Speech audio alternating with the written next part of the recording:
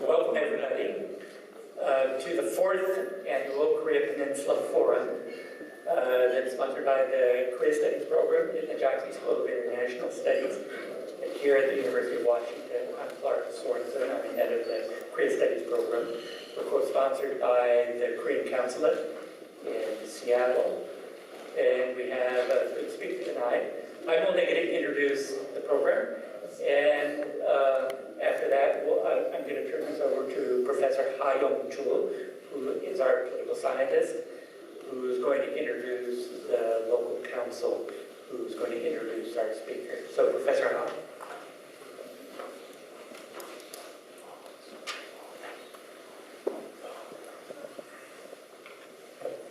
Well, first of all, let me thank you for coming to this annual event, which is has been a very successful collaborative work between Korean Center here and Consul General, Korean Consul General in Seattle. As Clark said, this is our 4th event, annual event. As much as we've been trying to diversify the topics of the events, so far, North Korean nuclear issues have been dominant, monopolizing our discussion for the last 4 years, indicating the situation is becoming only worse. Practically no sign of any immediate change for the better. So I want to know that as soon as North Korean nuclear issues are over, we'll get into something new topic. so that you still get interested in this very important project. I also have to say, I want to say that the Consul General in Seattle, the Korean Consul General, has been very, very cooperative and helpful in preparing and in executing this very important annual event. Originally, it is designed to provide a very, very diverse opinions about any issue related to Korean Peninsula. I hope although this is only the 4th year, which means it's only infancy, I hope this infant grows further and further. In that hopeful spirit, I would like to introduce our acting Consul General, Mr. Park Kyung-sik. Please come.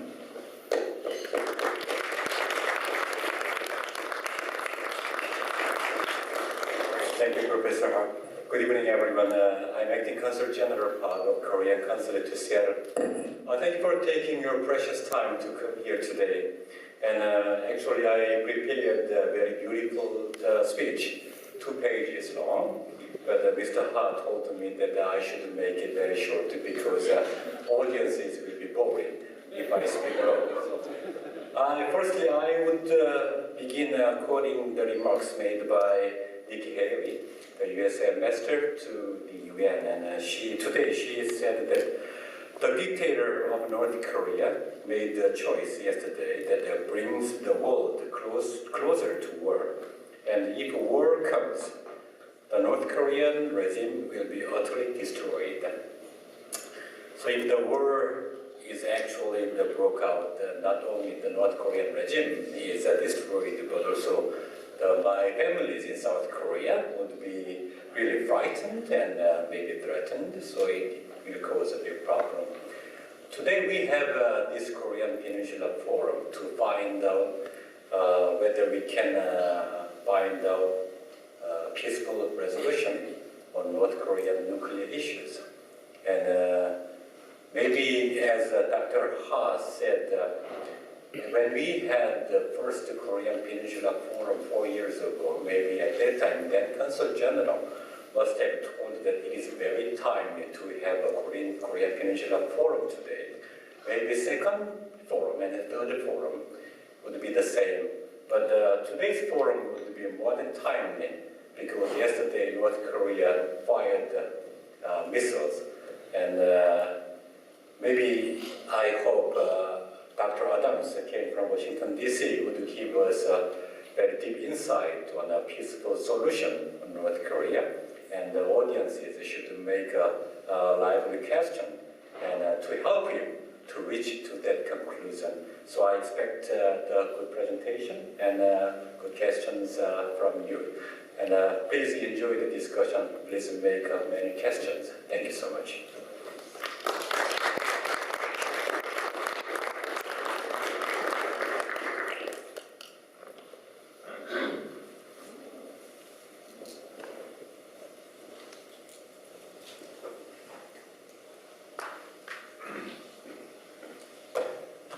I'm Professor Hellman from the Jackson School at the University of Washington, and I'm the moderator for all four of these events. And as both the two previous speakers indicated, this is extremely timely. And we are very fortunate to have with us this evening a person who has been involved directly in the consideration of particularly the military components of that North Korea has developed and which now threaten the peace and certainly the White House in ways that make not only military action war of a conventional kind, but possibly even nuclear war, which would be, frankly, both a crime internationally and unthinkable. But Adam Mount currently is a senior fellow at the Federation of American Scientists. And before that, he was at a think tank in Washington called the Center for American Progress. And he was really the editor and author of a task force at the Council on Foreign Relations in 1915 and 16. And the task force at the Council on Foreign Relations is made up of very distinguished individuals. The two chairs were Sam Nunn, former senator from Georgia, who was very experienced, and the other was Admiral Mullen, who was Chief of Staff of the U.S. Command. He was head of the Navy, but also the head of the Chiefs of Staff. And he brings to bear on these issues the perspective that is developed in the context of people directly involved in the making of policy. He himself is a graduate of Reed College and has graduate degrees from Georgetown University, and is a kind of East Coast, most particularly New York and Washington, D.C. denizen. He has an intuitive as well as an intellectual grasp on what is going on. He will speak tonight about the current crisis, with particular emphasis on the military aspects of it. And as also alluded to before, this talk is made more relevant because of the launch yesterday of another missile by North Korea. Finally, I have to say, this audience, I do these things, I've done them for decades, but this audience is usually informed on this matter, and I think probably emotionally attached to it in ways that are quite unusual for most meetings that take place in this room. So I want to make sure that you have a chance to ask questions about it, because your perspective, both insights and just opinions, are really the purpose of this whole discussion. So with that, I will turn it over to our speaker, who will speak to you for 35 minutes or so, and then we will have comment discussants. I will introduce them as we begin that discussion period. And the goal will be to get this first part of it done in an hour or less, so that we have a chance to involve you and even the panelists in discussions among themselves and with the speaker afterwards. With that, I'd like to introduce a distinguished speaker, Adam Mount, to take you on an excursion.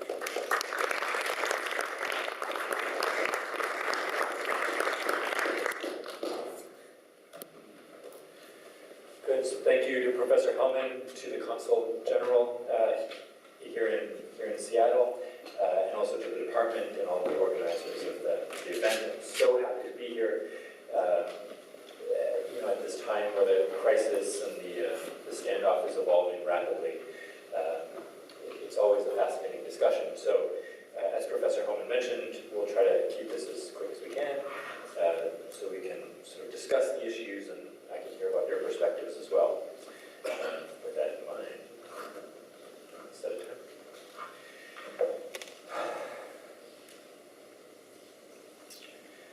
Let's start very briefly with an overview of North Korea's nuclear and missile programs. The bottom line here is that these programs are advancing rapidly. In the last year, North Korea has stepped up the tempo of its nuclear and missile programs.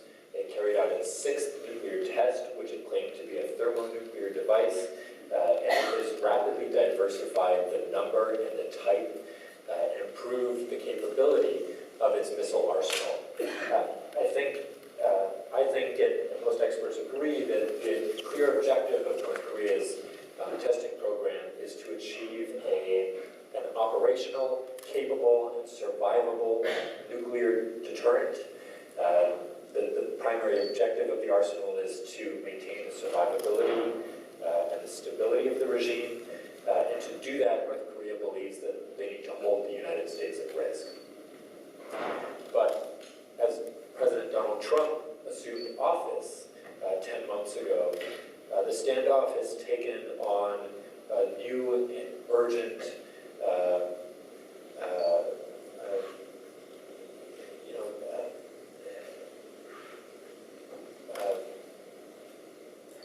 situation. The U.S. administration has grasped and tried to seek easy solutions for the crisis, and I think it's struggled to do so.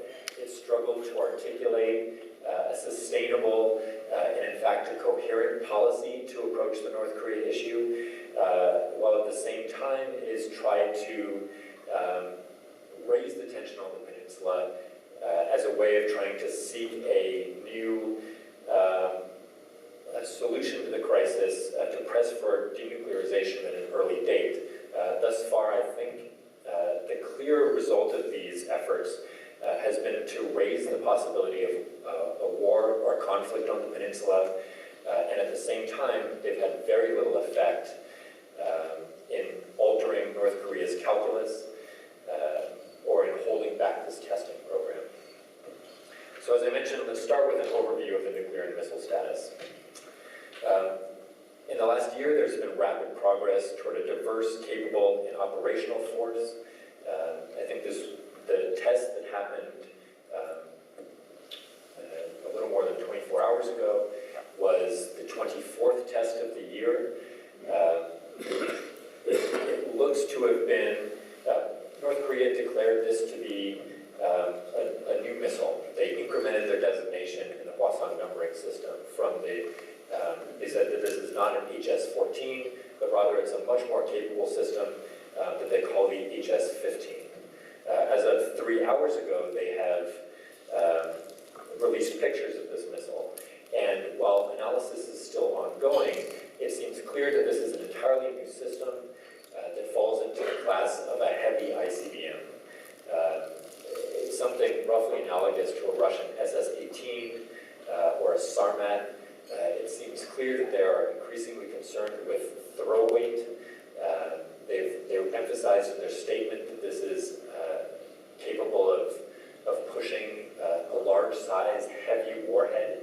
And from the pictures, it seems clear that the reentry vehicle, the Shroud, has far more space under it. So there's a tremendous amount of space for a heavier warhead, even potentially further down the road, multiple smaller warheads, or perhaps penetration aids that are included in that reentry package. And so the intention here is to boost the yield of this warhead, and really to sort of seek a mature and extremely capable missile force. At the same time, the first test of the HS-15 happened at night. It was about 3 a.m. local time.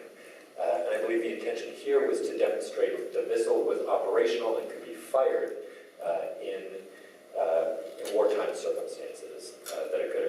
night and do so in an attempt to surprise the U.S. and ROK joint forces. At the same time, this missile test fits into, as I said, a broad and diverse program of testing. Over the last couple of years, but really especially in the last year, they've demonstrated a willingness to put in play more solid fuel missiles. So they're moving away from liquid fuel. What this means is that the missiles can be erected and fired faster, that the missile engine has fewer moving parts, it's much simpler, it's more reliable, and it can be launched faster. They're moving towards increasingly sophisticated transporter erector launchers. These are the large trucks that can move around the country, that can hide inside North Korea's mountainous terrain, and are very difficult for U.S. and ROK sensors to track. And then finally, they also say that they're making progress on a submarine-launched ballistic missile program and on a submarine that's capable of delivering a missile. So really, for all of these reasons, they're looking for a diverse, survivable, and highly operational, highly capable missile force. And it's clear they're also improving the ranges. On the July 4th test with the Hwasong-14, they crossed the ICBM threshold for the first time. But with this Hwasong-15, it's clear that they've made yet another step towards holding the entire continental United States at risk.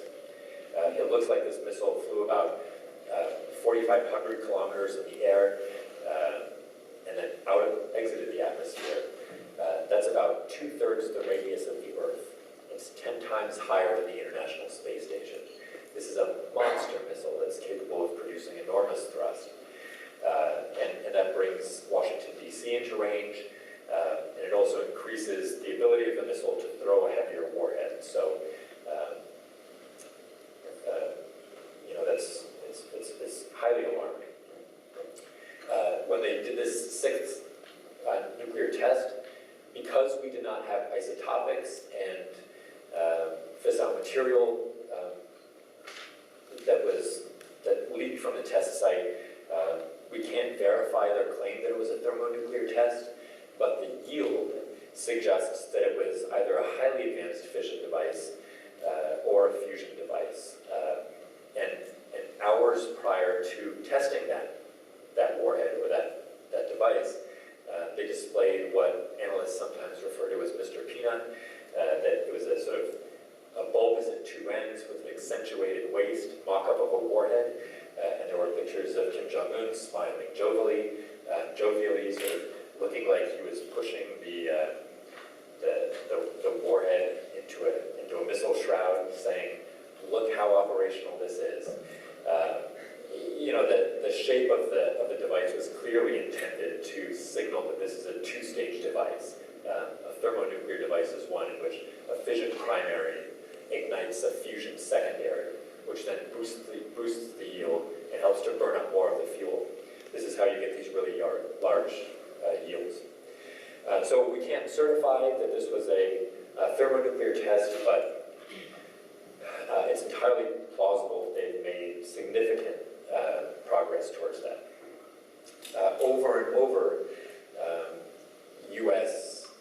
Analysts have sort of mocked North Korean technical prowess, have tried to default on the side of caution. I think over the last year, North Korea has really put those worries to rest and demonstrated that they're capable of mastering some of these extremely difficult technologies in terms of wound fiber missile casings, in terms of highly capable engines. The missile program is really becoming mature. There's still some remaining uncertainty about whether North Korea can reliably shield a warhead re-entering the atmosphere, whether their re-entry vehicle has the stability and the proper shielding that's necessary to allow the warhead to re-enter an atmosphere. They've never done an ICBM range test on a flattened out trajectory that would be necessary to really prove that they have this capability. But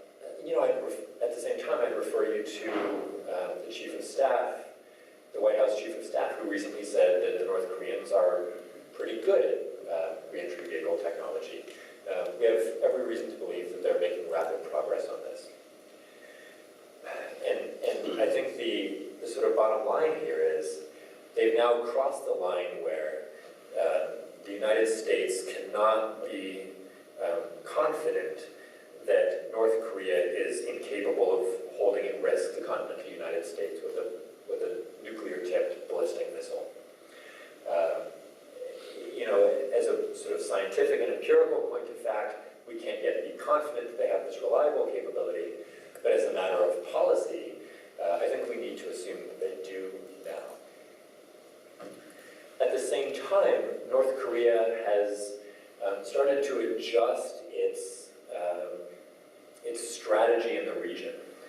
Over the last couple of months, including in the summer, North Korea has issued a number of what I believe are highly credible coercive threats.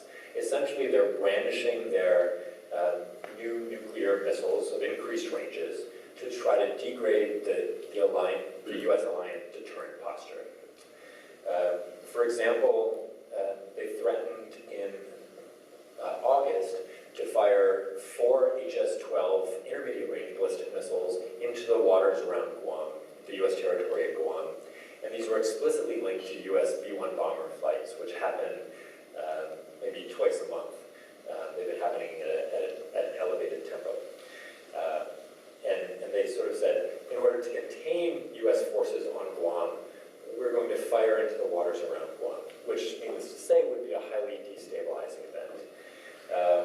But the attempt here is to sort of brandish these missiles to try to get South Korea, Japan to think twice about authorizing these flights. At the same time, they've proven a willingness to launch Hwasong-12s, this IRBM, over Hokkaido, over Japanese territory into the Pacific Ocean. They've carried out tests that were very clearly calibrated to show that these missiles could range U.S. bases in the region. So when you sort of drew a circle from, or a range fan from where the test splashed down in the Sea of Japan, the range equaled what was necessary to hit the Marine Corps Air Station at Iwakuni, or the South Korean naval port at Busan. These are sort of coercive suggestions. They imply that in the event of a conflict, if the United States were trying to flow forces into the region through Japan, through South Korea, that these would be viable targets for a nuclear or missile strike. And the notion is that if U.S. deterrent posture becomes too alarming to them, if they think that it crosses a certain line, these are then valid targets for an attack. And then lastly, North Korean diplomats and KCNA have several times in the last few months suggested that they are moving towards an atmospheric test of a nuclear weapon. This would be the first that happened in the world since 1980, when China launched its final atmospheric test. It would be a highly destabilizing event. Depending on how it was carried out, and depending on the yield, various other characteristics, there's a high possibility that there could be radioactive contamination of citizens or territory in the region. At a psychological level, videotape of the mushroom cloud on CNN could be jarring and radically destabilizing. All of these new threats, new types of coercion, are reflective of a nuclear warfighting strategy. They imply that North Korea is willing to use nuclear weapons not only when struck with nuclear weapons first, and not necessarily just in the event of a full-on invasion, but they are practicing and preparing to order or authorize, or at least retain the capability to fire nuclear weapons early in a crisis, before U.S. and ROC precision strike capabilities had a chance to strike at their mobile missile launchers. The bottom line is, unless these very specific and credible types of coercive threats are confronted in allied deterrent posture, they're likely to continue. They're likely to expand in the future, to include other elements of U.S. ROC deterrent posture. I think that these sorts of threats absolutely cannot be ignored. So let's turn now to what the Trump administration's policy has been. Unfortunately, it's not a trivial question. Oftentimes, when you want to know what the U.S. government policy is, you dial up the State Department website and you have a look, and you sort of read through the policy document, and you try to read between the lines and gather some subtext. In this case, there's no such document on the State Department website.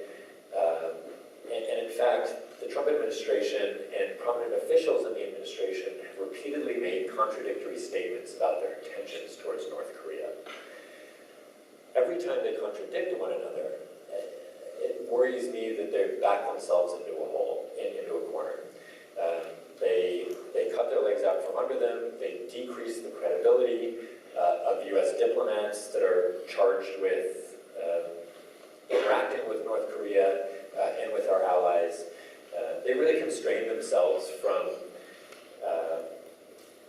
they really sort of reduce their maneuver space in the future. So, for example,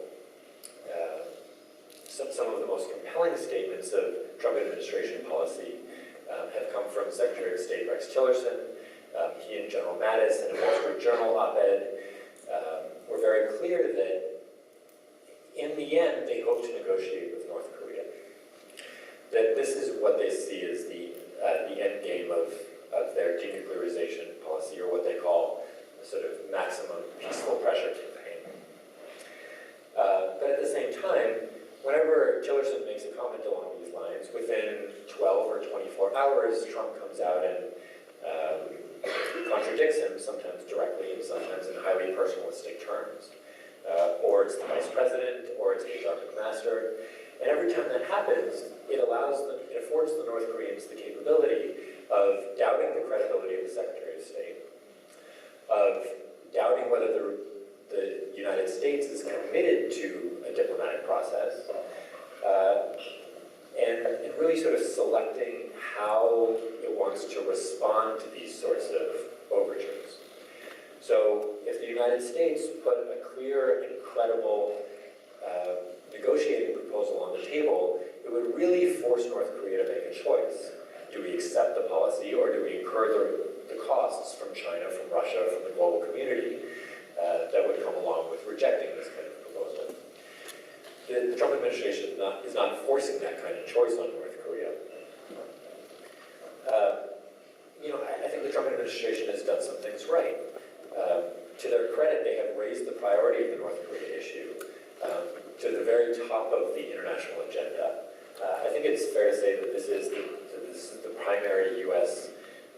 Foreign policy issue over the last 10 months. And furthermore, this new priority and this new dedication has made some favorable movements in terms of tightening economic restrictions on the regime. Every time Rex Tillerson goes abroad, he talks to his counterparts in foreign countries and he says, look, you got to cut off trade with the North Koreans. Sometimes these countries don't even know that they have trade with the North Koreans. He's been relatively successful at doing that. And I think we also have to recognize that China has made more assertive moves towards North Korea, both on the economic, but also, frankly, on the military side, than it has in several decades, and perhaps ever. Just this week, the bridge connecting Dandong to North Korea was shut down for repairs, which is a sort of classically understated Chinese way of closing off a major lifeline to North Korea. But it's also a significant development. What I think we need to be skeptical of, so while there are sort of isolated indications that that North Korea is attempting to place more pressure on China, it has not yet affected the aggregate macroeconomic indicators of the North Korean economy, which, as far as we know, continues to grow at a relatively modest pace, possibly 1% to 2% a year, on the strength of growing marketization and the sort of flourishing of both licit and illicit markets within the country. That's a relatively new development, or at least it's accelerated in recent years, afforded the regime in Pyongyang more opportunities to not only develop their economy, but also to circumvent international financial restrictions. The other plank of Trump administration policy is to amp up military and rhetorical pressure towards North Korea. I think it's pretty clear that there is a plank or a component of the administration that believes their strategy should be to cultivate a crisis in the region that increases the risk of war, it decreases the confidence in Kim Jong-un in his own viability, the continued viability of his regime, and in so doing, place pressure on him to come back to the negotiating table on favorable terms. Sometimes it seems like it's not just favorable terms, but completely, without terms. So, for example, the Trump administration recently had said that their threshold is that they'd like to begin negotiations after 60 days of no missile tests. The HS-15 test took place yesterday. It was the 75th day since the previous missile test. The Trump administration officials said those 75 days didn't count.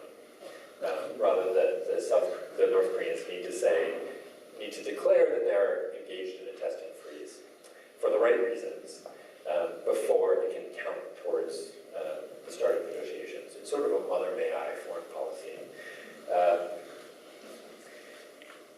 And then lastly, I think we need to be concerned about the interaction of the Trump administration with South Korea.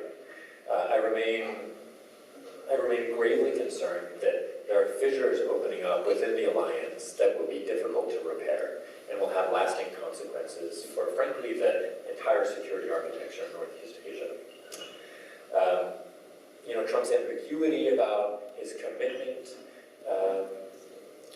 to defend South Korea, I think, has been corrosive and damaging. During the campaign, he made several ill-advised statements, including parroting Chinese propaganda about South Korea being part of China. I think that was highly destructive.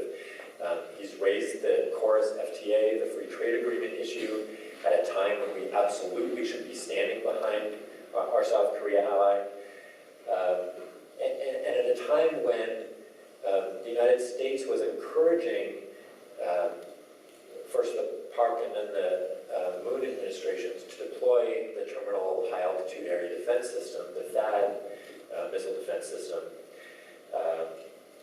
It's clear that the correct play was to stand solidly behind our ally and to say if China imposes economic retaliations or punitive economic measures on you, we will insulate you from those pressures and stand behind you resolutely.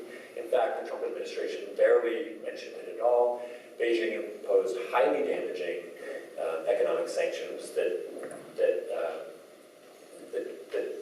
did serious damage to the South Korean automobile export industry, to consumer services, and the Trump administration was silent on it. I think the specter of a U.S. administration allowing a potential adversary to coerce an ally is a watershed moment and entirely unacceptable. At the same time, this is sort of forced President Moon, who I think has been highly deft at navigating a very difficult situation, to say things like he said last night, immediately after the missile test, which was, we will not acquiesce in an American strike against the North under these circumstances. South Korea has enough to worry about with deterring a nuclear-armed North Korea. It shouldn't have to worry about also deterring its ally from taking a highly damaging and irresponsible policy. So let's talk about where we go from here. And this is, not an easy answer. There are so many folks out there looking for easy solutions. David Sanger of the New York Times, who's in some ways a legendary reporter, has published successive articles looking for these sorts of easy solutions. If we can cut off the flow of missile engines from Ukraine into North Korea, which there's not great evidence that that flow occurred or has occurred recently, then we can sort of keep the North Korean program from developing. If we can cut off the flow of missile fuel, if we can sort of cyber attack their missiles or their programs to launch missiles, then we can finally restrain this program. These kinds of deus ex machinas are just infeasible. I think the balance of evidence is that North Korea's nuclear missile programs are developed now largely indigenously. They've gained an indigenous capability without a great deal of assistance from foreign powers to advance these programs pretty rapidly. And I think that's proven by the diversity of the missiles involved. It's not just one type of missile or one type of engine, but rather they're gaining a mastery of a wide variety of systems. So where do we stand? I think we need to get serious about managing a nuclear-armed North Korea. The overriding objective of the United States, South Korea, and Japan over the long run should remain denuclearization of North Korea. We should never accept formally North Korea as a nuclear-armed state, certainly not as an NPT nuclear state. That would be corrosive. But as a matter of practical policy, we can't place all of our eggs in one basket. We can't think of our sole objective as denuclearizing the regime over the near or medium term. This strategy of cultivating a crisis in an attempt to sort of coerce or alarm the North Korean regime into denuclearizing, it's not only infeasible, it's also highly risky, and the risks wildly outweigh the potential benefits if we're serious about where the program stands and the intentions of the North Korean regime.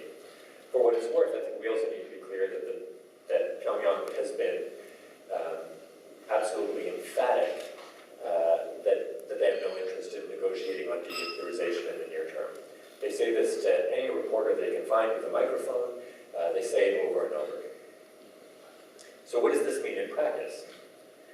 It means investing in deterrence and promoting stability on the Korean Peninsula in the near term.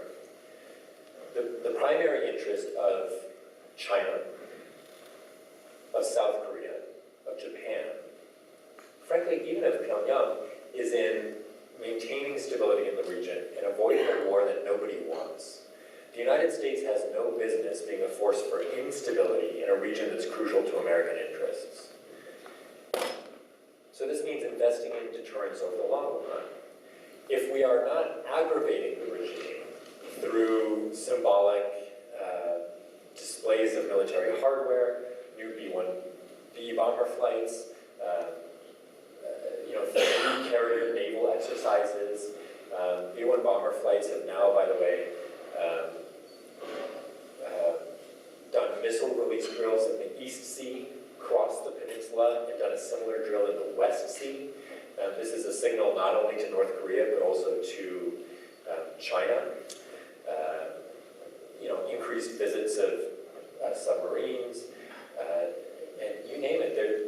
Over the last several months, the Trump administration has taken several highly provocative military moves towards North Korea in an attempt to sort of amp up the tension.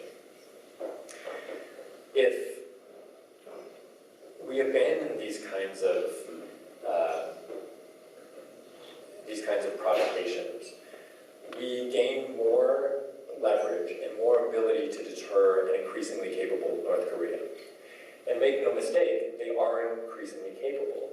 The security situation is evolving on the peninsula fairly rapidly, and the Trump administration has not made the kind of adjustments that are necessary to confront those changes.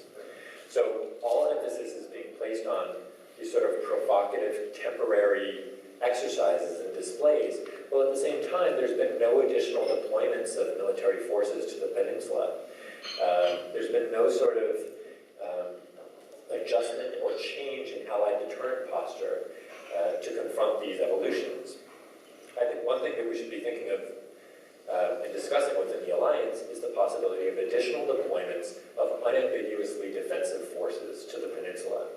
This includes things like anti-submarine warfare capabilities to confront North Korea's newly capable submarine programs, anti-special operations forces capabilities, cyber defense capabilities. There have been a number of alarming indications of U.S.-ROC joint readiness on cyber defense, including the alleged heist of the U.S.-ROC counter-provocation plan. We need to be serious about investing in deterrence.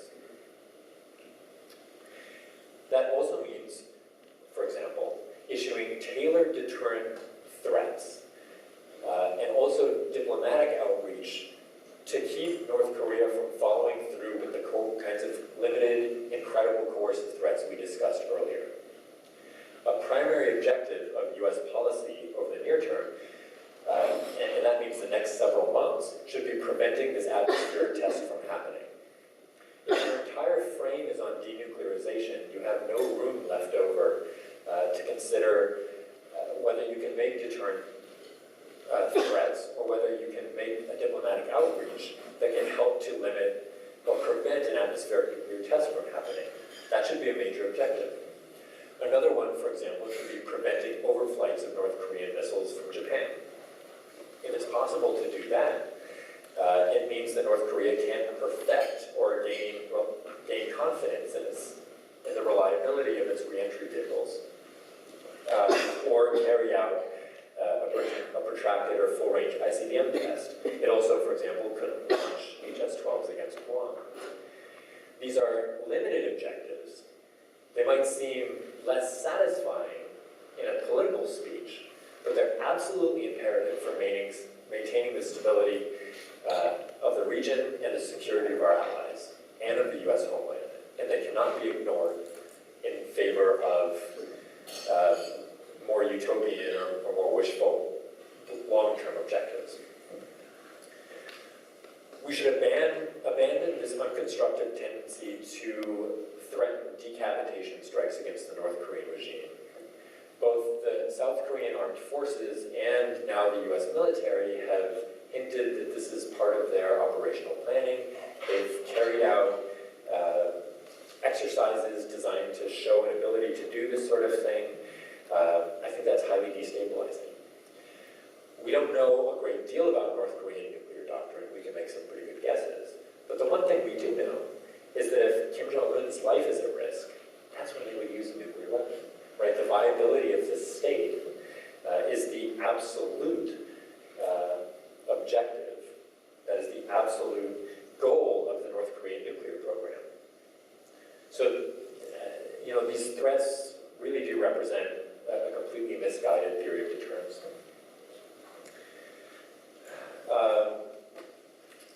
We need to think very seriously about what it means for U.S. sanctions policy and global sanctions policy if our objective is containment and management of a nuclear-armed North Korea rather than absolute denuclearization. The objective of sanctions under this circumstance should not be to coerce Kim Jong-un to make a political choice to abandon his nuclear weapons program, which I think is a highly wishful and infeasible objective for sanctions. I think the last 10 months have proven that we're never going to get enough pressure to force Kim Jong-un to make that choice. Instead, the goal of sanctions should be containment of fissile material, of illicit activity, including money laundering, cyber threats, crime, assassination attempts, other kind of highly sort of destabilizing and criminal behaviors, to contain these on North Korean territory itself and not allow them to proliferate around the world, to destabilize not only Northeast Asia, but also the rest of the region. That doesn't mean to abandon sanctions. It means that the objective of the sanctions regime ought to be recalibrated. We can still, for example, think about this notion of secondary sanctions, which is often discussed in Washington, not just as a way of forcing Beijing to put more pressure on Pyongyang, which again, I think has proven to be a fool's errand, but rather to sanction this highly diverse constellation of trading companies that really allow North Korea to reach its hands into the entire global economy. And then lastly, there's an absolute necessity to prioritize alliance cohesion. This ought to be one of the primary, not only the primary means of U.S. policy, but an objective of U.S. policy is to maintain a very strong relationship with South Korea and to improve the prospects for trilateral cooperation between South Korea, the United States, and Japan. This is something that the United States has sort of pushed on our allies and our partners for several years, and there are very real and very justified sources of reticence in the region that derive from historical animosity that can't be wished away in the near term. It will always be an evolutionary, gradual process that sort of makes gradual progress. But at the same time, we need to ensure that it does continue to make progress. So when President Trump visited South Korea earlier this month, the signals that came from Seoul and from Tokyo actually, I think, did more damage to the possibilities of trilateral cooperation than it did to Hellman. Certainly no major breakthrough was made. Why is this important? Because part of North Korea's objective, we know from these coercive threats, is to try to split these partners from one another.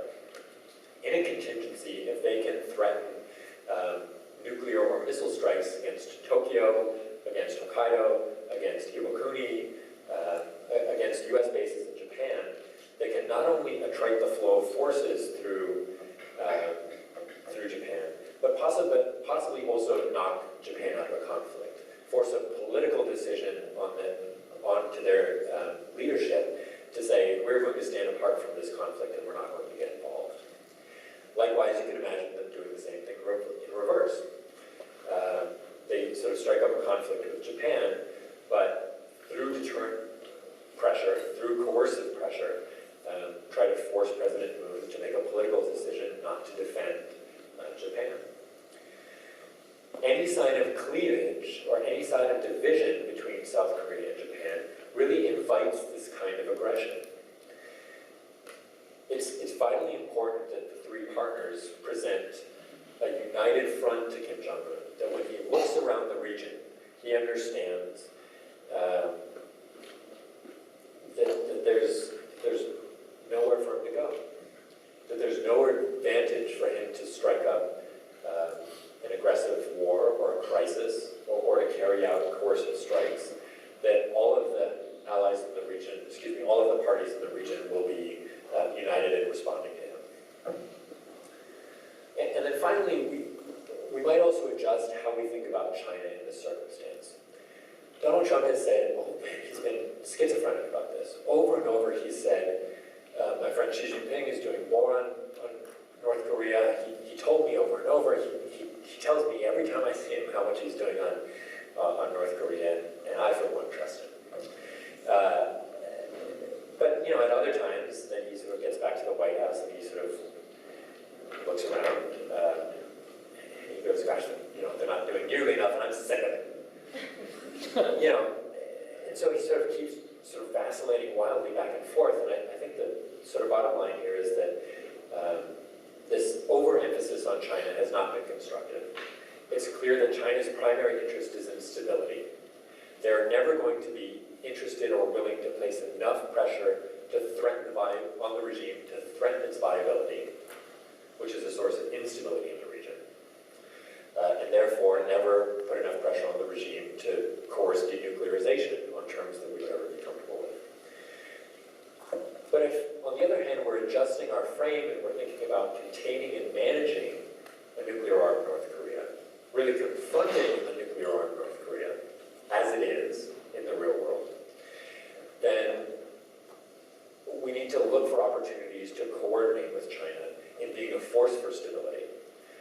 last several months, over the last year, China has at times issued military threats towards North Korea. When North Korea starts to act up, they move forces to the Yalu River.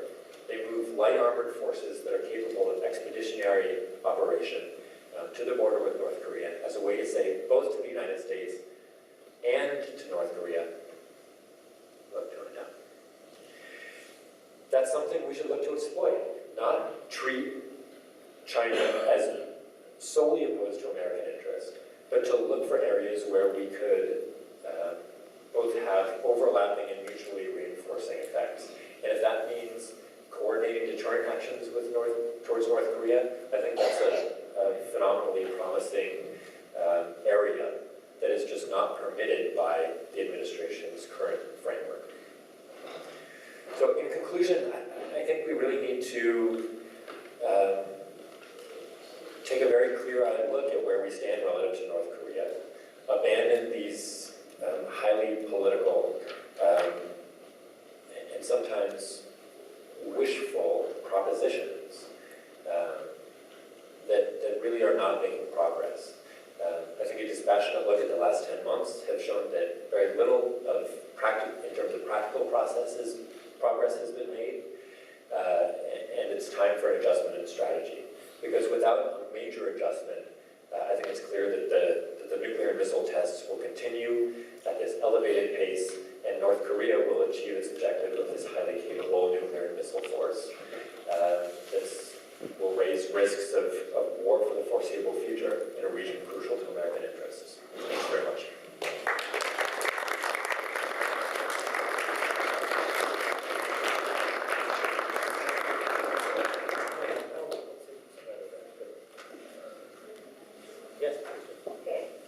Sorry for the interruption, but if anyone has ceramic utensils or wine glasses, we have to return them to the catering in the back at this time.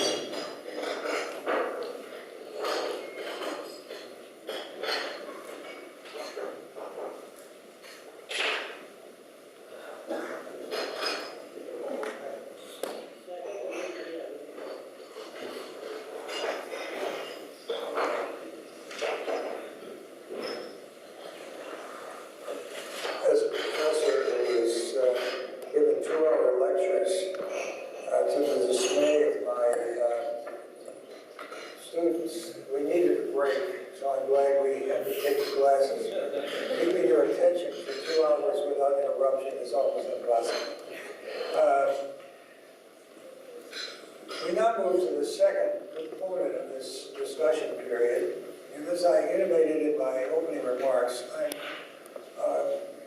I'm going to, first of all, limit the time that each of the discussants give their monologue about.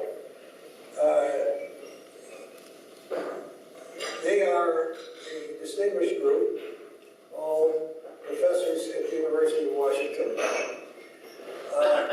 Their comments, while addressing those Dr. Brown made, will reflect their areas of specialty. Professor Bachman is a specialist on China, Chinese politics and foreign policy. Professor Sorenson is the head of the Korean program, an anthropologist, but also a person very highly informed on South and North Korean relations. Professor Ha is a political scientist, a Korean, and a distinguished scholar of international affairs. I'm kind of an all-purpose person. I know a fair amount about international relations in East Asia with Professor Ha and a group that went to North Korea a few years ago. And I will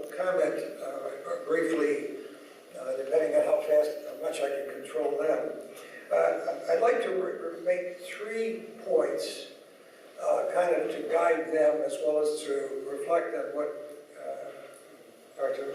Mound had earlier said. First of all, and this is awkward to say in a program sponsored by the Korean consulate, North Korea is a international, global problem. That's what's changed. By them developing nuclear weapons, it's no longer simply north-south, outsourcing to China, I'm doing this. Any arrangement on nuclear proliferation involves major powers. Look at it, look at Iran. You had everybody involved in this. Many countries can replicate North Korea. They happen to be situated in a position where they can use leverage, particularly on South Korea and the other countries in the region. But my first point is that the North Korean problem has become a global problem, not simply a regional problem. And it's a failure of the non-proliferation efforts that have been supported not only by the United States, but by the Soviet Union and so forth.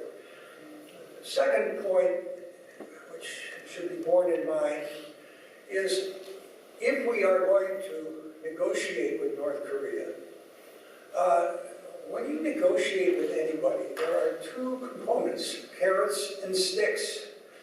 We only use sticks. And the question you should be asking is, if indeed you choose to accept North Korea as a nuclear power, and the odds are very high that no matter what happens, that Kim Jong-un is not likely, even if he signs something, to destroy his nuclear weapons, what can we offer to them that would allow us to change, in cooperation with China, Japan, South Korea, obviously, in a accountable way? It has to include carrots, like ending the Korean War, perhaps even an aid program, but one that's coordinated. And what is needed, in short, is thinking not simply in terms of sanctions, which are sticks, but also in terms of carrots. And there, in that area, China could play some role. The third point I would make is that North Korea knows that any conventional and certainly nuclear action by either them or the United States is likely to precipitate a major war, probably leading to the destruction of North Korea as well as, unfortunately, much of South Korea. They're not jihadists or kamikazes. No one says the Kims want to stay in power. They want to die. And therefore, it strikes me that if they are going to remain adversaries and nuclear power, they're not going to be like the Soviet Union. They can't blow the world up 4 times. We can do it 10 times. The Soviets can still do it 4 times. But they are a cyber power.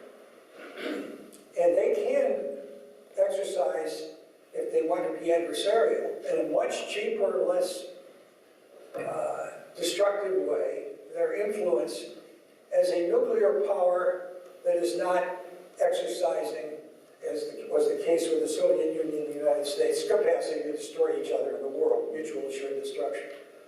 That strikes me as a much more realistic, even if you accept them as a nuclear power. The question would be, and now we go to the discussants, how do you see, from the perspective of China, and both on Korea, the prospects laid out, I think, very clearly by Dr. Mao about the military options that are available, and obviously, and I guess my last point would be a sarcastic one. The biggest problem for most of you, at least it is for me, is that we now have, for the first time in world history, personalities with nuclear power at their disposal, both of whom are unstable. And this is psychologized, but not to say that, I think, would be a mistake. I mean, if it were all rational and we had people who were calculating in a nice fashion, it would be nice. If you can convince me of that, I will take anyone else out for dinner and a drink. Please, Professor Bachman, please.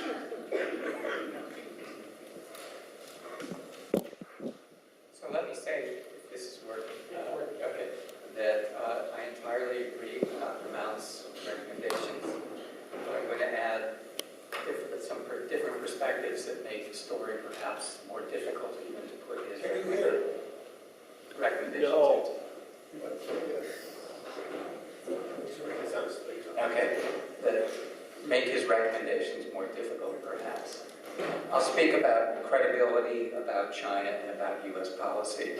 But before I do, let me start with a quotation from Senator Lindsey Graham that's in keeping with the Nikki Haley quote that we started the evening with. Graham said yesterday on CNN, "We're headed toward a war if things don't change. The president is not going to allow North Korea to have a nuclear weapon in their hands that can hit the United States with an ICBM that can make it to the United States. If we have to go to war to stop this, we will." You may remember also that Senator Graham earlier in the year spoke about, oh, if there are a million casualties, they won't be Americans, and so a war is not necessarily so bad. But nonetheless, this is some of the rhetoric coming out of DC. Let me speak first to credibility. One of my colleagues this morning, in fact, was telling me about a lecture he gave at a conference in Germany after unification in 1990, where he heard a presentation by a West German military intelligence official saying, you know, we were surprised to really discover that East German military figures from colonels on down all believed that there was going to be an imminent attack by NATO on East Germany. I think that the level in North Korea is even higher, that there's an imminent threat that North Korea doesn't trust the United States. The United States has no credibility from the North Korean perspective. It's widely reported that Kim Jong-il basically hid out underground in 2002, 2003 when the United States started bombing Iraq after North Korea was named in the axis of evil, fearing that he too would be a target. Moreover, the way that the Libyan nuclear program ended, leading later on to the death of Muammar Gaddafi and his thrown from power, convinces the North Koreans to hold on to their nuclear weapon. Trump's comments about the Iran nuclear deal, suggesting he wanted to tear it up, also suggest there's no credibility of an American promise to go by this. So if North Korea disarmed, what is to protect the regime? And from its perspective, I'd argue nothing is to protect its regime. If, following on Professor Hellman's point about carrots, if the U.S. promised economic aid, diplomatic relations, permanent normal trade status, could Trump and Congress be trusted to follow through? A thought experiment. Under what circumstances could we imagine Congress voting in favor of permanent normal trade status for North Korea? Not very many.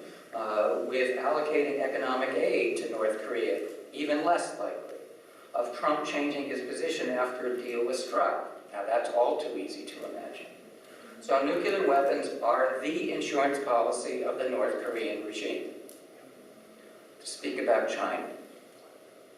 As is well known, China wants stability on the Korean Peninsula first and denuclearization second. China doesn't have a lot of faith in the ability of economic sanctions to work. China itself became a nuclear weapons state under heavy Western sanctions. And to put perspective on the North Korean development, China's first nuclear test was 1964. It tested its first ICBM in 1982. That's 18 years. North Korea's first test was 2006. It just tested an ICBM. That's 11 years. So North Korea's trajectory is in some ways faster than China's.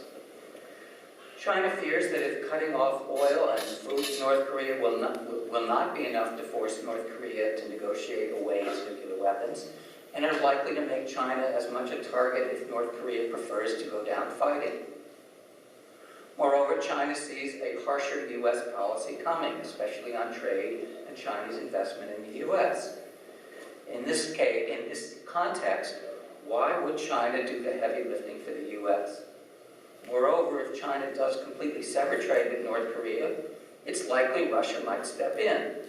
Putin wants Russia to be a player in the Asia-Pacific, and he could bargain trade sanctions against North Korea in exchange for lifting sanctions on Russia for Crimea and Ukraine. Chinese forces are near the North Korean border. They're roughly comparable in size to the US-Iraq invasion force. They're less mobile, they're less well supported than the US was. Could China take over North Korea with that size and capable of force? Maybe, but it's unlikely. The terrain is very different. China doesn't have the lift capacity that the US military did in 2003. Failure to take over North Korea completely leads to instability on the Korean Peninsula and possible nuclear or other WMD attacks against China. Is North Korea prepared to defend against China? Probably. My sense, and I'll defer to my Korea language specialist here, the original ideology of Kim Il-sung was Juche, or what's translated in English as sort of self-reliance, but it has the context of being out from under Chinese influence. And in that sense, there is this growing tension between the two regimes. As noted, so arguably China sees itself doing enough on North Korea to put off US measures on Chinese exports and investments to the US. But if the sanctions on China come anyway, China may be less cooperative. China ratchets up its sanctions of North Korea as little as possible to delay trade sanctions as long as possible, I would argue. Nonetheless, there's a real debate in China today about what to do about North Korea. It's probably the most visible foreign policy debate in Beijing. Many influential people outside the government disparage North Korea. They see the ROK as a much better partner for China. It's very hard to say how the leadership feels, but it could be noted that the one Chinese Politburo Standing Committee member who graduated from Kim Il-sung University retired at the last Party Congress in October. We could also argue that the recent Xi Jinping-Moon Jae-in agreement suggests some possibility of movement in the direction of a stronger pro-ROK tilt on the part of China. On to the U.S. The U.S. stated position remains, in negotiations, complete, verifiable, irreversible disarmament. This offers, as already been pointed out, little or nothing for North Korea to negotiate over, except possibly no attack. But, given the point I made about credibility, would North Korea even believe that? How would the U.S. try to get North Korea to accept that position? Make economic sanctions as severe as possible, put pressure on China to close the border with the North, threaten, use military force war if necessary, promote regime change, etc., etc. If we were to say there was a Trump administration strategy, it seems that that one is to ratchet up tensions so high that North Korea and U.S. allies and China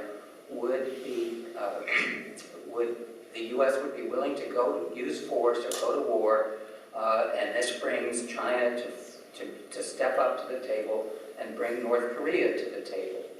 So, as Lindsey Graham suggested, and as Trump has suggested. A U.S. unprovoked attack on North Korea, for example, triggers the North Korea-China Defense Treaty. And China has said, in the event of an attack on North Korea, it will honor its defense treaty. Meaning that an attack on North Korea means Sino-American war. If this is the strategy, as tensions mounted, what might happen? We might argue, or at least a sort of realpolitik type diplomat might say, well, the Republic of Korea, fearing war, might, in an event to prevent war from breaking out, terminate the U.S. ROK, Mutual Defense Treaty, turn to China for security guarantees, or China approaches the ROK and says, you terminate the MDT, and the Mutual Defense Treaty, and we will guarantee your security. We could raise the question of whether China is a credible guarantor of ROK security, but nonetheless, this strikes me as realistic a possibility of a perception that the U.S. actually was going to use force against North Korea by the ROK, as ROK being happy with that. Okay. There are further the sort of secondary sanctions on China to get China to step up on North Korea. Sanctioning China to pressure North Korea will likely lead to other negative developments from U.S. national security standards. China has been busy building up something called the Chinese International Payment System, or the Cross-Border Interbank Payment System, that can rise to rival the Society for Worldwide International Financial Telecommunications, or the SWIFT system. It's through the SWIFT system that the U.S. monitors monetary transfers by terrorist organizations and others, and enables the United States to cut off, in many ways, North Korea from sources of funding. If China was also threatened with loss of ability to use the SWIFT system, it would promote its own. Russia has already signed on to the CIPS system. Others would do so, and the United States would suddenly find one of its major tools in putting pressure on many kinds of states knocked out of the picture. So the U.S. position, to agree with Dr. Mount, is really quite counterproductive unless it moves in the direction of de facto acceptance of North Korea as a nuclear power and figuring out how to contain and manage it as opposed to reverse it. Thank you.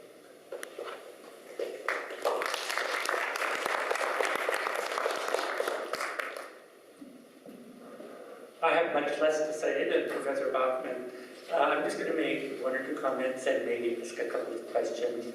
I'm not going to give you my own ideas about this. I thought that Dr. Mount's presentation was refreshing and presented a new perspective that I haven't heard before, and that's saying something, because I've heard a lot of speeches on these topics over the past 30 years.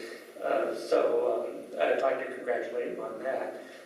There are a couple of questions I wanted to ask. At one point, Dr. Mount said that North Korea's desire for nuclear weapons is purely defensive.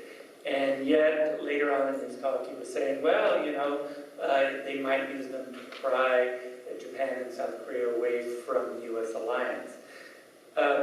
That's not a purely defensive move. And I'm thinking that if North Korea does become a nuclear state, it might well move the goalposts and have more ambitious goals than just defending itself, like getting U.S. troops to withdraw from the Korean Peninsula or even from East Asia altogether by threatening the United States.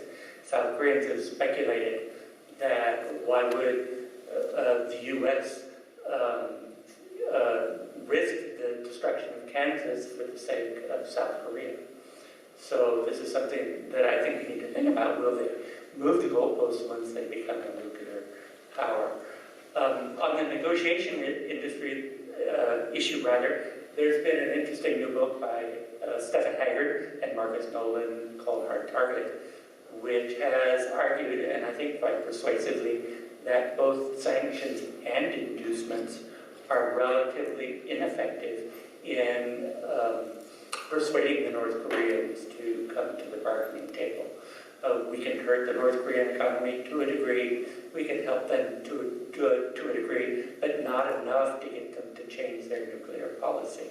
So if that's true, whether they're carrots or sticks, what kind of negotiation strategy could we really have that would be effective? So that's a second question. I think Dr. Mount had some ideas on that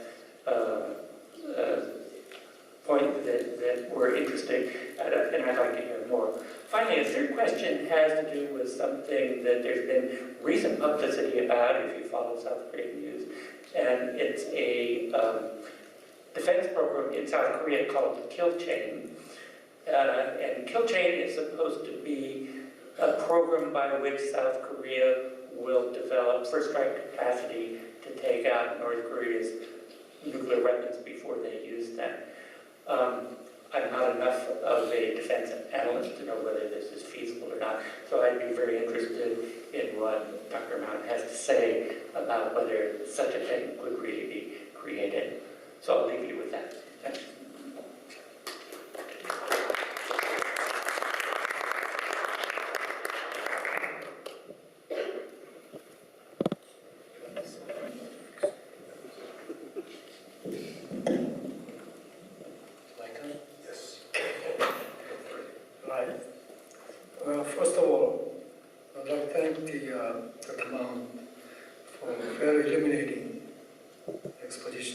issues related to this very complicated situation developing in and around the Korean Peninsula.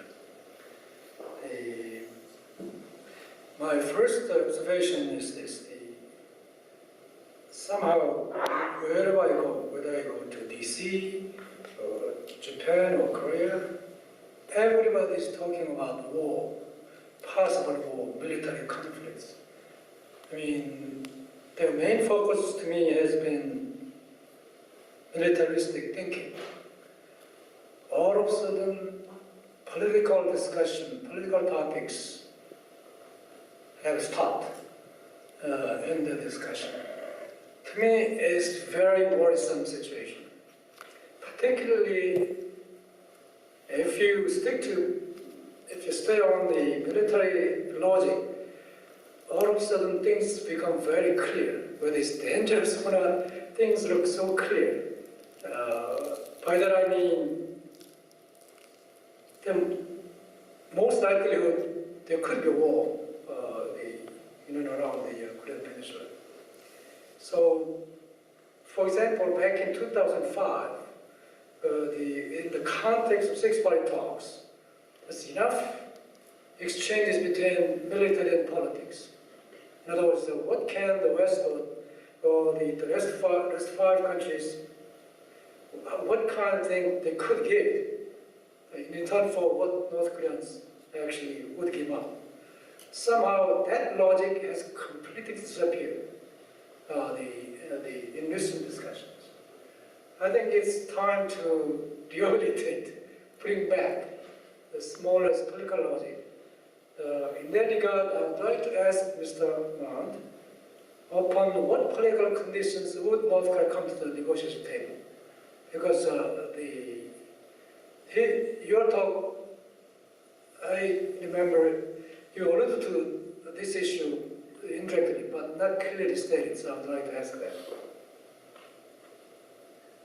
Also, I'm very much concerned about the possible conflict between homeland security and regional security here. In other words, although Dr. Mount also referred to this, I think it's a very serious issue. Visiting Seoul and Japan recently, I noticed some common element in the two countries. That is, they began to worry about the U.S. credibility in guaranteeing their security. I think it's as Dr. Mount said, also it's a very serious challenge for U.S. For example, the situation is very simple. Let's say, assuming that North Korea start attacking the U.S. mainland, then U.S. would strike back. Then people in Japan and Korea, they think North Korea would also attack Japan and Korea. Then where is the security? I mean, this is the kind of thing thinking of. Also, in relation to that, in both countries, there's discussions. It's not an open discussion, but somehow among intellectual circles, the talks are going on developing nuclear weapons or reintroducing nuclear weapons back to Korea.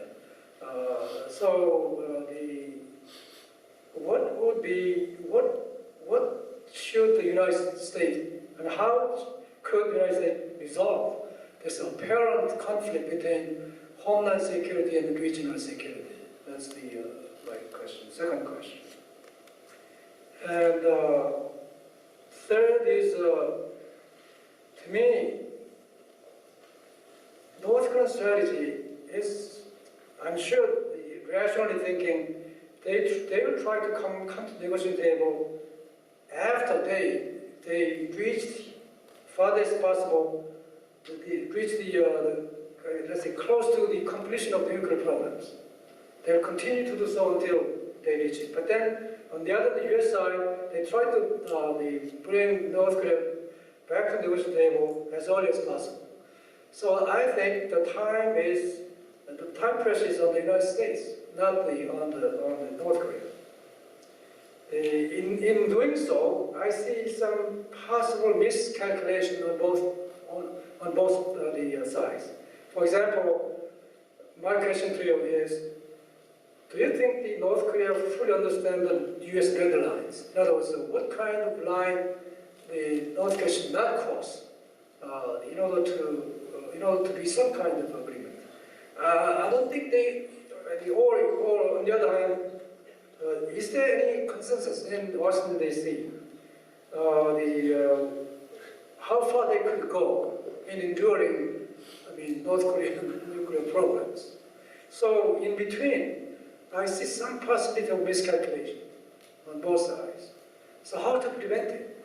It's a very serious challenge, at least short-term challenge. So, for example, Hecker proposed unconditional communication to prevent any possible miscalculation, miscommunication, misunderstandings between the two parties. I don't know what the opinion about this. My final observation is that, to me, we should bring the issue of North Korean nuclear issues in terms of, we should bring back the original question, why North Koreans actually started nuclear programs. Everybody says, in words, actually only in words, that they are preserved. There isn't survivability in the system. We tend to forget this fundamental premise of North Korean nuclear programs. I think, going back to my original first question about bringing back the political discussion, I really think that we should think about the linkage between nuclear weapons and domestic agenda in North Korea. In that regard, it's interesting to note that the North Korean government, right after yesterday's missile launch, issued a statement boasting that the regime had, quote, finally realized the great historic cost of completing the state nuclear force. They declare that they're close to completion, at least. Then what should the next target? Do they continue to develop nuclear programs, or should they go back to the original task of a domestic agenda? I will end here. Thank you.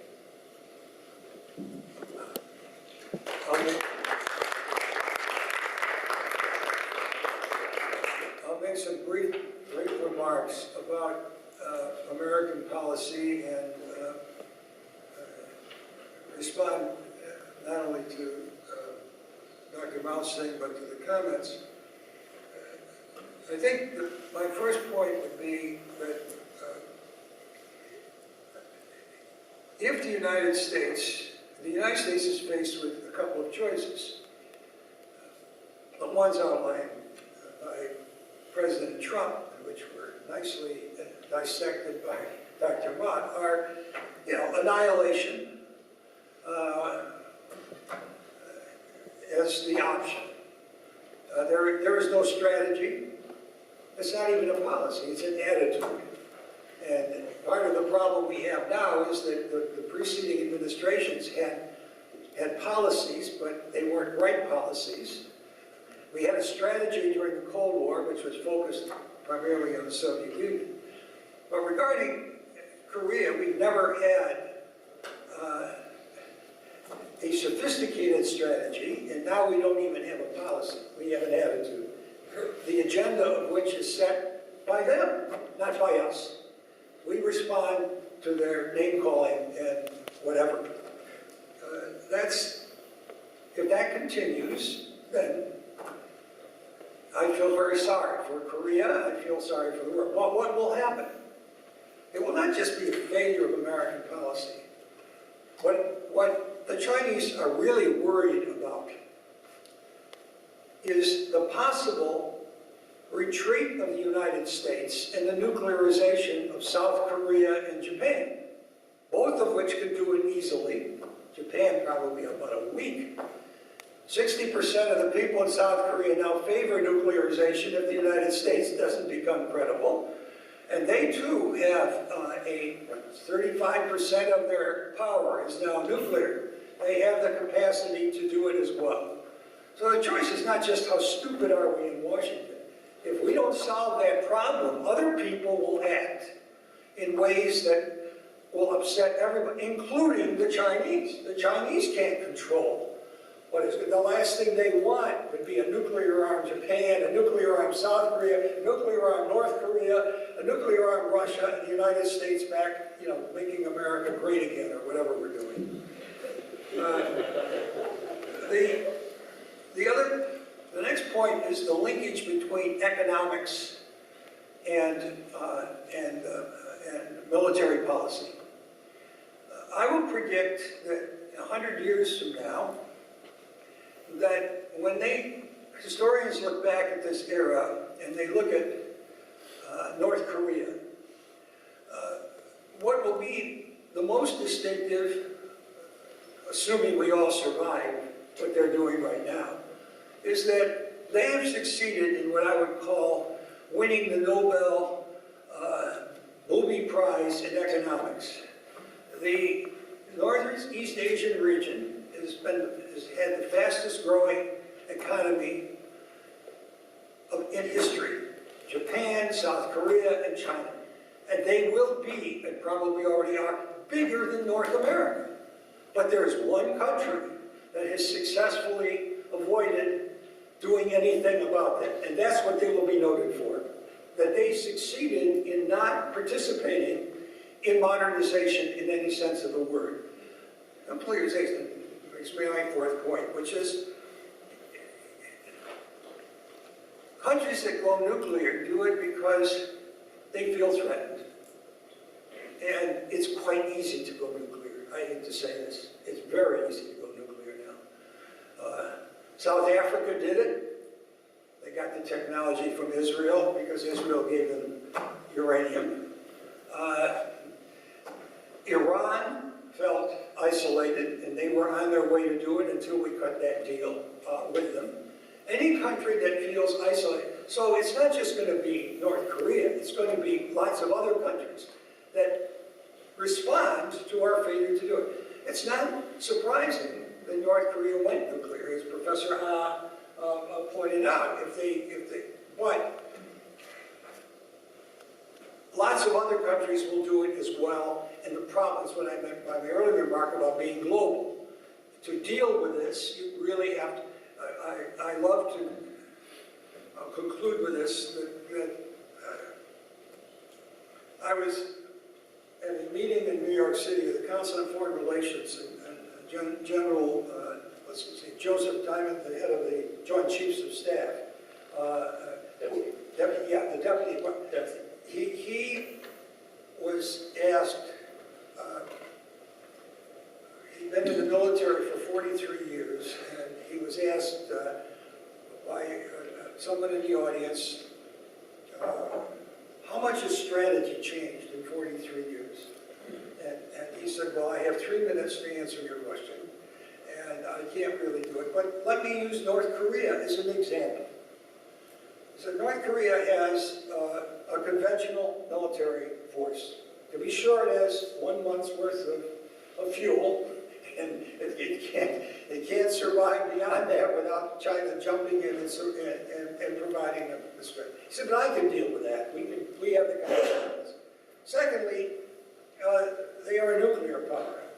But the issue of nuclear power is not just the question for the military. It's a question, as this conference has made clear, for politics, of strategy, of how the world fits together. It's a matter of statesmen that make these decisions, not simply the calculus that relates to the nature of the equipment. So therefore, I know about it. We spend a few tens, if not hundreds of billions of dollars to develop our nuclear capacity. But nuclear strategy is something I'm not set up to deal with. That is a political issue in the hands of the White House and the executive office. Thirdly, there's cyber power. He said, we're spending, $7 to $10 billion a year on cyber power. But I don't know anything about cyber war power. We know how to hack. We live in a totally hacked world, but we don't know how to unhack. We don't have an anti-hacking missile to stop it. And therefore, they can punish us, but I don't know how to defend against this. And this is something North Korea, as I meant in my earlier remarks, could easily do. In fact, their failure to be plugged into the internet is their greatest advantage.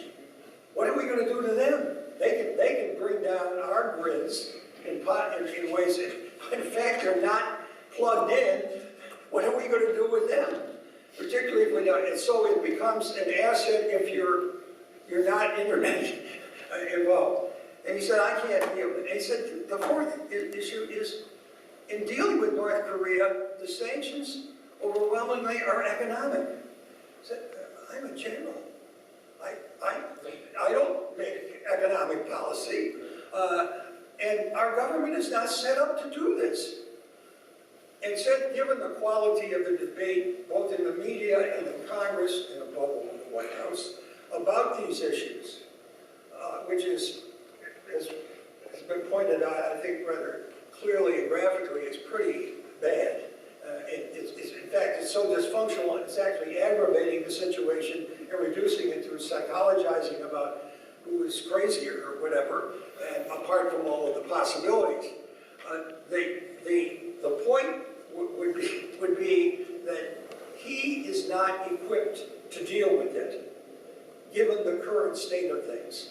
But if you don't figure out how to do it, and that's why there are conferences or discussions like this, we are all in very, very big trouble, because we are not equipped. We have to ask new questions. We have to propose solutions that are, as David Bachman pointed out, are utterly unacceptable in Washington, D.C. No one would pass giving aid to North Korea right now, but you have to think the unthinkable.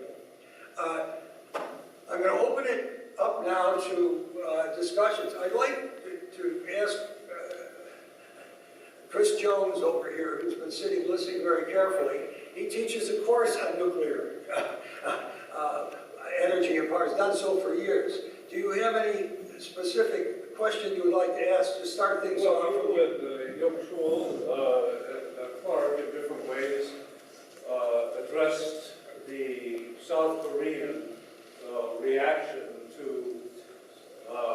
what Dr. Mont described as a policy that is totally against South Korean interests, as conducted by the Trump administration. You mentioned, well, just all of you to elaborate on this. The South Koreans talking about nuclear weapons in South Korea, about preemptive strikes, about strategies independent of the United States, independent of the Japanese-American-China relationship, which I think is the major point of your talk, that was what was being destroyed. And that instability. So anyway, how are the South Koreans addressing this? Go ahead. You Go jump. Well, someone jumped in. Or maybe you weren't jumped in. You can share that here.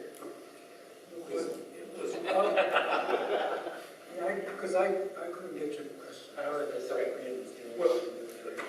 Oh, actually, yeah, I can address that.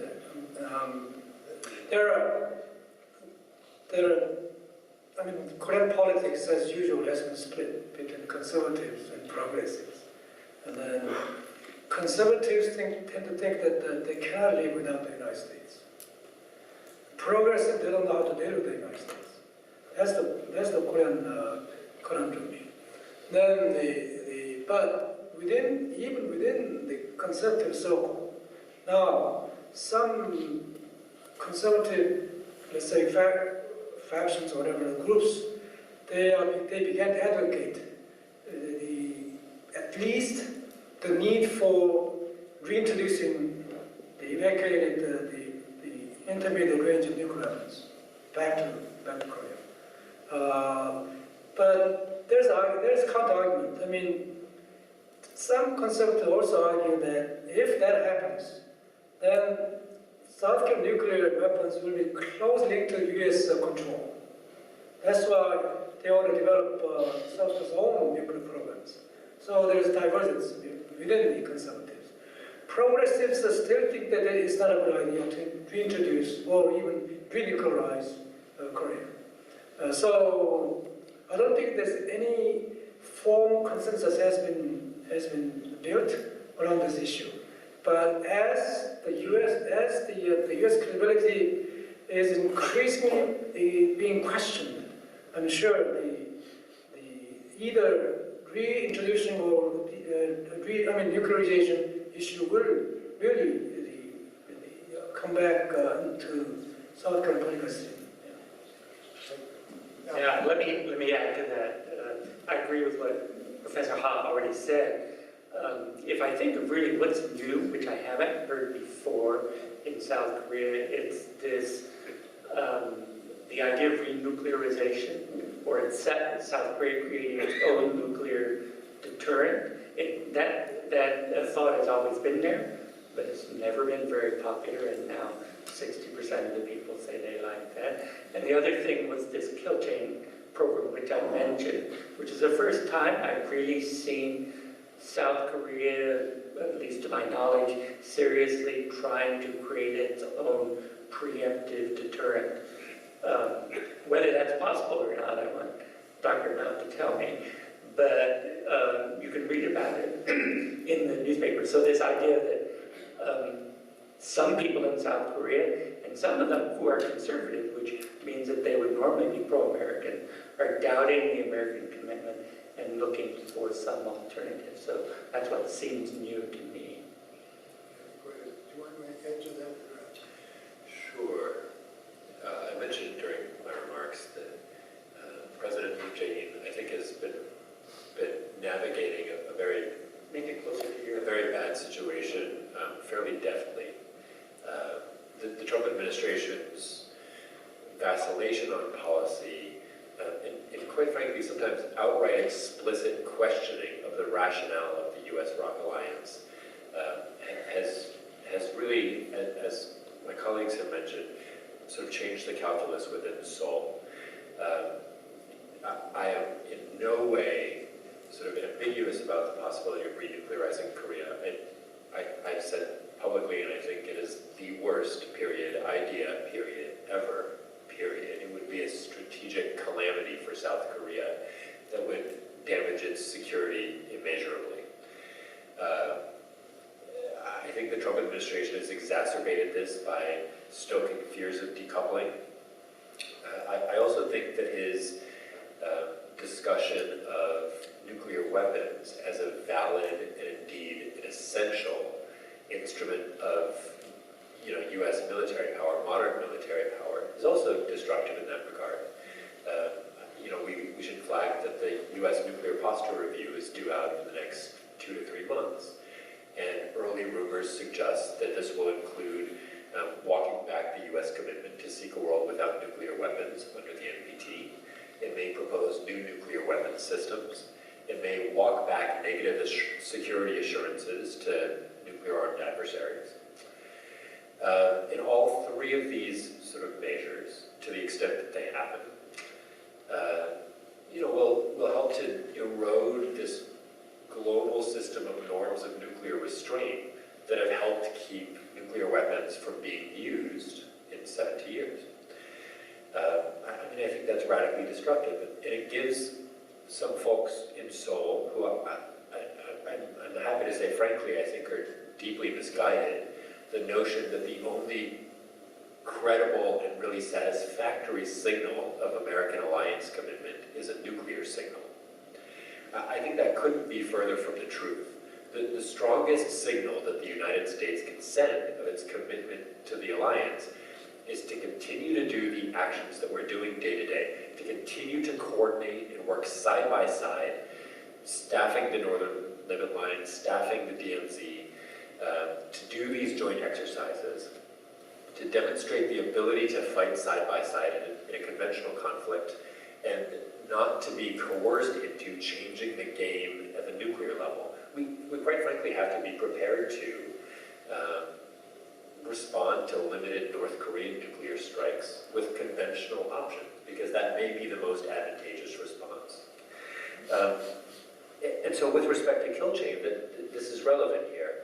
Kill chain is, in the South Korean tradition, a rather sort of extravagant but sensible sounding policy proposal. I have in my case here a briefcase that the unification, I have in my case a pamphlet that the unification ministry is passing out in Washington about their unification policy. That they're good with these sort of diagrams. The idea with kill chain is that you can integrate the entire sort of necessary suite of capabilities, from sensing to C3 to your strike capabilities, especially precision strike capabilities at standoff ranges, to track leadership, mobile missile targets, and so on and so forth. And so from this perspective, I just flagged that we were discussing this a moment ago. 6 minutes after North Korea launched the HS-15, 30 hours ago, the South Koreans carried out a joint exercise with multiple missile launches from both land-based platforms and, I gather, from naval platforms, and also from aerial platforms. So it was this inter-service, very prompt exercise that's highly impressive. I think that was a totally reasonable response.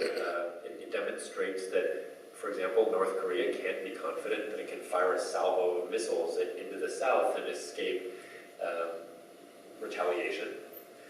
But even more than that South Korea can limit damage from those kinds of coercive strikes.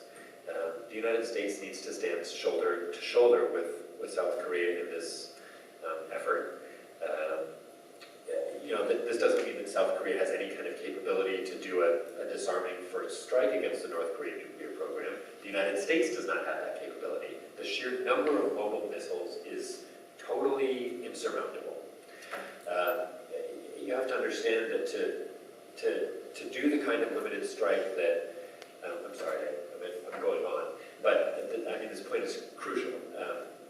To do the kind of sort of limited strike option that Trump clearly seems to be grasping for would require exquisite knowledge of the North Korean sort of apparatus, all of the facilities, many of which we may not know about, several mobile missiles, though we may not know what is on the tip of each missile, that are hidden in underground caves, that are hardened against attack, that are moved with some frequency and can't be tracked with any kind of regularity, and that all of this would have to happen at exactly the same time, such that Kim Jong-un couldn't get the message that some missiles were under attack and so we better fire the other ones. That there is absolutely no credible military option here. But at the same time, we need to be absolutely assured that we have the conventional deterrent capabilities to limit damage from North Korean strikes and to prevail in any kind of limited provocation and aggressive action in multiple domains at the same time. It's an ongoing, evolving challenge, but it's one that I believe our military commanders are working very closely together to continue to address. Thank you. Please, audience participation. Yes. If we assume that once a nuclear power is always nuclear, if we assume that China has two objectives, one which is to extend its influence into the Asian Pacific, including South Korea and Japan, and if we assume that China wants stability in the region, then could it be that we're asking and approaching this from the wrong point of view? That we shouldn't be trying to force North Koreans to the table, but to invite the Chinese to the table to join the Pacific Alliance. One comment on that is the Trans-Pacific Alliance, which Trump got out of, and Hillary Clinton said she would get out of, in which the 12 nations that are there are doing it on a regional basis, was one of the most astonishing efforts I've ever seen. The argument was we were preparing ourselves for the future in Asia by excluding China. I mean, they said China could join it later, but China's going to be the biggest country in the world, if it isn't already. And we're trying to control the future, but we exclude China. I asked the Assistant Secretary of State for East Asia this question when he was out here visiting one of the classes we had. And he said, well, they don't know how to run a bank. That was his answer. And there may be criticisms of Communist China, but they know how to run a bank, I can tell you that. I'm not sure we do, but that's another issue. But that's my reaction. David? China's stated position is that it doesn't think that alliances make a lot of sense in the post-Cold War world. So while China would certainly appreciate the status and prestige that would go along with being invited to join some sort of organization on those lines, it doesn't think they're necessary, and in fact has regularly said that these are the mutual defense treaties with Japan and with the ROK are vestiges of Cold War thinking, and we're in a post-Cold War world. And so that is sort of the technical level. At a more profound level, though, I think that there are just such profound differences between the United States and China that coming together in a trans-Pacific alliance of any sort is a very difficult thing to do.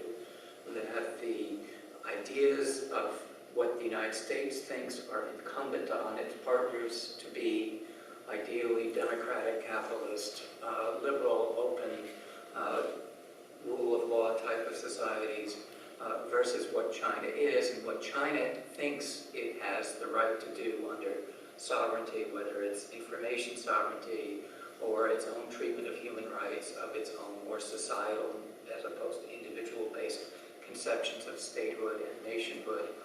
All of these things make it extraordinarily difficult for the United States and China to have a long-term future of close cooperation without substantial amounts of conflict, competition, and rivalry in the relationship. I have a question on considering, as you pointed out there, the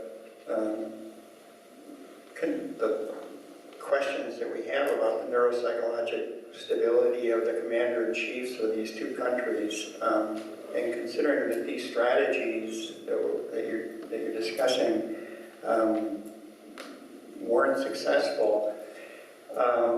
Bremerton is, I think, within 20 miles of here, and I've heard that it's described as one of the top 5 nuclear arsenals in the world, maybe even higher. So I'm just curious, would that be, I mean, this missile today, I believe, had an 8,000-mile capacity, which would get it to the east coast of the U.S., but certainly it'd be a whole lot easier to take a target on the west coast. I'm just curious, is Bremerton a primary, would it be a primary target, and what is happening with all that nuclear weaponry on those submarines in this condition that we're in with these two pretty unstable heads of state? Oh yeah. Kitsap Bremerton is absolutely in the war plans for Russia, for China, for North Korea. Yeah, it's a primary target. Sorry about that. I live in Washington, D.C., downtown Washington, D.C., so I'm in it too. Actually, large swaths of the American countryside are as well. So none of us should expect to escape a nuclear Armageddon. Should it happen, that's why our priority is to prevent one. SSBNs in Kitsap Bremerton undergo regular patrols. It's the most reliable and most survivable leg of the U.S. nuclear triad. There's sort of always, there are several U.S. submarines always out on station ready to fire their missiles within 15 minutes of a launch order. And this is why the US Senate, for example, in the last couple of days, held a hearing questioning whether it's really appropriate in this day and age for a commander-in-chief, any commander-in-chief, but the subtext was, especially this commander-in-chief, to have unitary launch authority, unquestioned, individual, arbitrary launch authority over US nuclear weapons. I think there's a very strong case to be made that we should revisit that arrangement. It may have made sense during the Cold War, but today I think there's really no reason not to have a more distributed arrangement of nuclear launch authority decision-making, so that rather than Trump being able to do it by himself, he has to, he can't, for example, authorize a first strike without a congressional declaration of war. He may be able to do so for a retaliatory strike. I think that's a pretty reasonable proposal. Likewise, you could also distribute launch authorities such that he's, by statute, by law, required to consult with the Secretaries of Defense and State in order to receive better advice, maybe even gain their assent. That's something we should absolutely be looking into.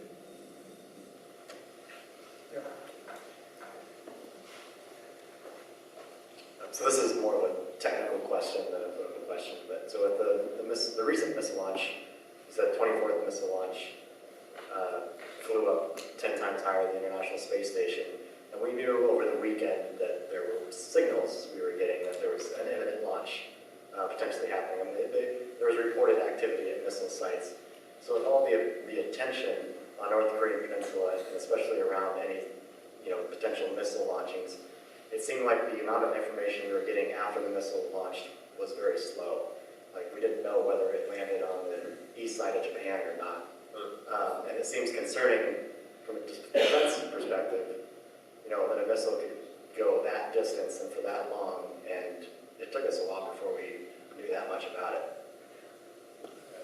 I think you're spoiled by Twitter. I was sitting in a meeting in Washington, and we were talking about North Korea, as we do, and somebody raised their hand and said, North Korea fired a missile, and we were surprised because it's 3 a.m. North Korean time, and it's unusually early.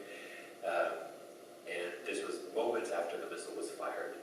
It appeared on Twitter and in major news organizations. It took 50 minutes for that missile to fall into the sea.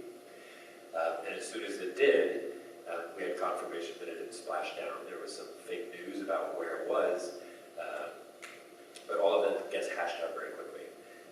We are now, it took a while for Pyongyang to release video and photographs of the missile, and so now we can analyze those to find out more about the missile. But there really is an enormous amount of information out in very rapid time limits. It's actually really astonishing to sort of see people analyze open source information to use known quantities. Like, we know how large Kim Jong-un's head is, so therefore we can know what the diameter of the missile is, so therefore we know that it's based on the ICBM. No, people do this, and they're good at it. This is how we know what their missile capabilities are. Sometimes it gets ridiculous, but it's actually this really impressive effort that is done at classified settings within the government, but is also done by open source analysts out in the public. And so, we're going to learn more about this missile over the next couple of months. And it's fascinating to watch, I think. It really is. Go back, please.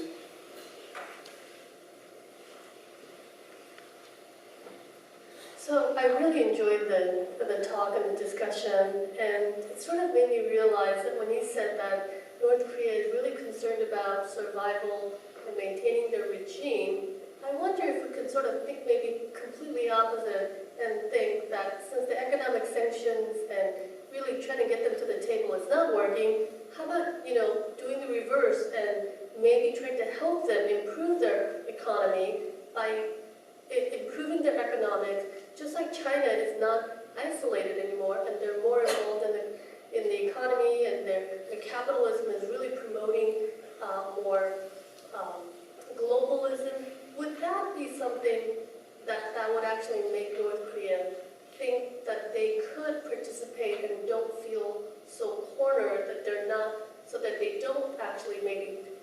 look at just military option as the only option.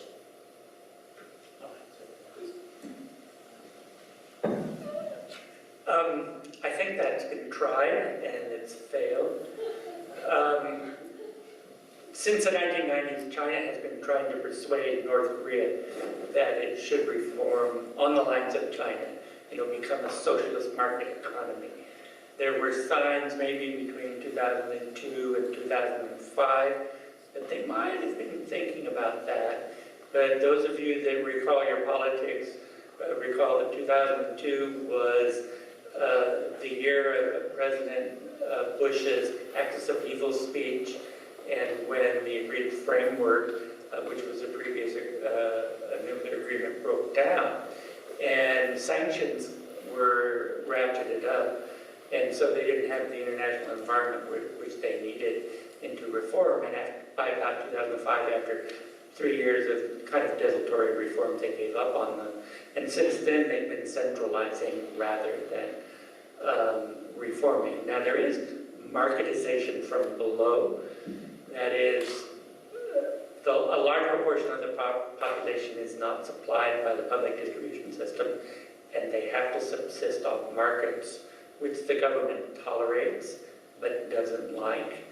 And they don't really want to open up to foreign markets, which was one of the things that China did. You know, China had foreign investment. That was really the big engine of their beginning to take off. North Korea says they would like foreign investment, but they haven't been able to create the institutions or the stability or the infrastructure they need to attract any foreign investment. South Korea had its sunshine policy from about 1998 to 2008, so there were about 10 years that South Korea tried exactly the policy which you said. Let's be nice to the North Koreans, let's help them out and see if we can't reduce tensions. Tensions were reduced to a degree, but it cost a lot of money, and then right in the middle of the sunshine policy in 2006, North Korea tested its first nuclear device.